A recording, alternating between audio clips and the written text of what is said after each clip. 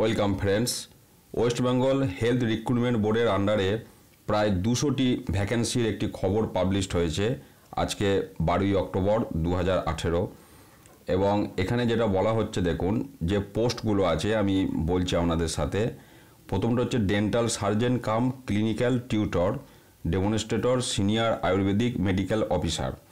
এবং এখানে আপনার দুটো ক্যাটাগরির জন্যে দেখুন, আনরিজার্ভ ক্যাটাগরিতে 25টা এবং তারপরে 46টা আছে। শিডিউল কাস্টের জন্য 12, 22, শিডিউল ট্রাইবের জন্য 3, 8, OBC A 6, 10, OBC B 4, 9, PWD 2, 3, total 52 আর একটিতে 98।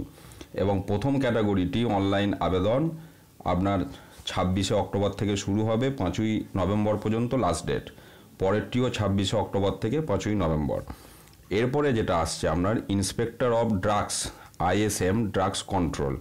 এখানেও দেখুন জেনারেল কাস্টের জন্য 2টো, তারপর শিডিউল কাস্টের 1টা, শিডিউল ট্রাইব নেই, ওবিসি এ নেই, ওবিসি বি নেই, টোটাল 3টে পোস্ট রয়েছে। এবং এটি আবেদন শুরু হবে 24শে নভেম্বর থেকে 23শে নভেম্বর পর্যন্ত চলবে। পরেরটি যেটি আছে deputy superintendent at Patipukur TB hospital. এখানে আমরা টোটাল একটি পোস্ট আছে, 14ই নভেম্বর থেকে 23শে নভেম্বর পর্যন্ত অনলাইন আবেদন চলবে। আর শেষেরটা যেটা রয়েছে ফিজিসিস্ট কাম রেডিয়েশন সেফটি অফিসার।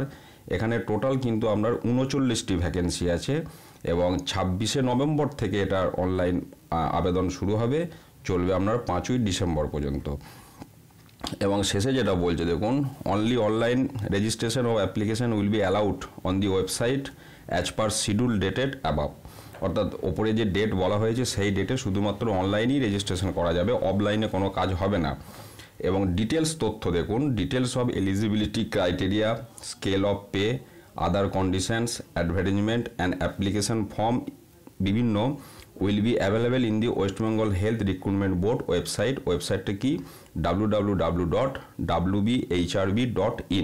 অর্থাৎ এই ওয়েবসাইটে এখানে যে ডেটগুলো দেওয়া আছে সেই ডেটের আগেই আপনারা ওয়েবসাইটটি চেক করবেন। আপনারা যে পোস্টের জন্য আবেদন করতে চান সেই ডেট, যে ডেটে অনলাইন আবেদন শুরু হচ্ছে এখানে দেয়া আছে, সেই ডেটের সময় আপনারা এই নিচের ওয়েবসাইটটিতে চেক করবেন। সেখানে তার আগে আপনাদের এলিজিবিলিটি ক্রাইটেরিয়া, বেতন বা অন্যান্য যে কন্ডিশন এবং সম্পূর্ণ অ্যাডভার্টাইজমেন্ট সেখানে দেয়া হবে।